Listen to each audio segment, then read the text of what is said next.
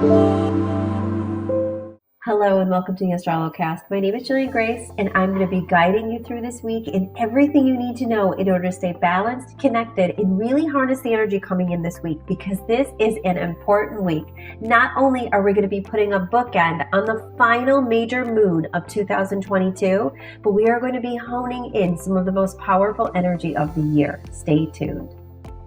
Starting off on the 23rd and 24th, we are going to be in Capricorn. Now, one thing to know about this entire week, we are going to be all about the grounding frequencies. I know I've been saying that a lot lately, and there's a reason for it. The end of this year has really involved so much frequency work within our first and second chakra centers, and so many people already are feeling this, and you already know this. The anxiety has been high, the fearful emotions, the wondering about the future, all of those things that happen when that second and first chakra are out of balance are really in overdrive, and it's been that way for about 4 weeks.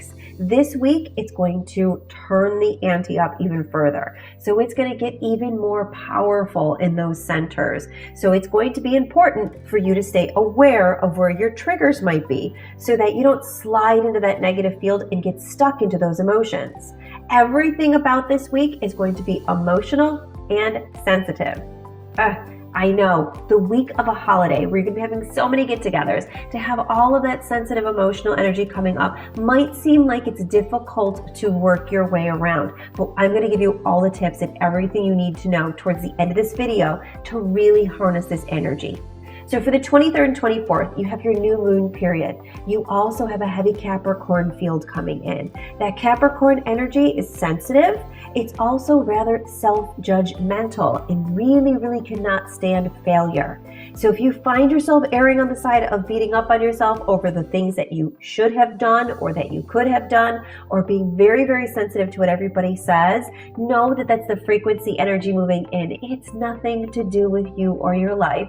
Take a deep breath, and I'm going to give you some tips on how to hone that in the moment so you can let it flow through you and not get stuck. Stay tuned to the end of this video. Moving through to the 25th and 26th, we're going to be in Aquarius. Now, Aquarius is very much, again, about grounding. It's a first chakra ruling energy. The thing about Aquarius is, though it's emotional, it can also be detached. So it usually can err on two different sides of the spectrum, over emotional or totally detached from everybody.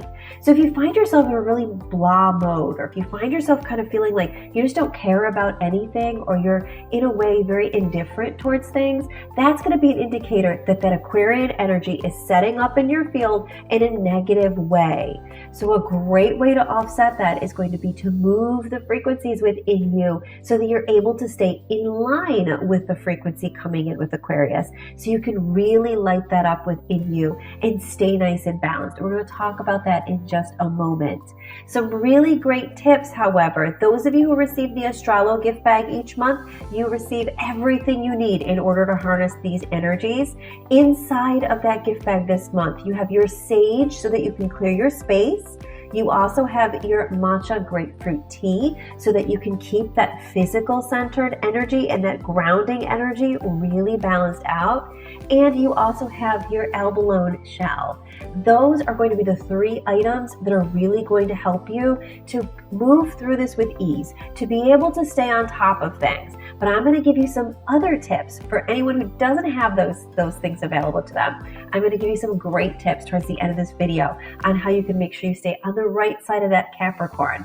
But keep an eye out, because that despondent or that detached emotion is so Capricorn energy. So if you find yourself just wanting to be reclusive and stay away from everybody, know that that isn't you, and you kind of have to push yourself out of your shell in order to move through this week and really pull those frequencies forward in a positive way. Last but not least, we go into the 27th and 28th, which is in Pisces. Now, Pisces is over emotional in so many ways, and they're also rather self-abusive on the negative side of things.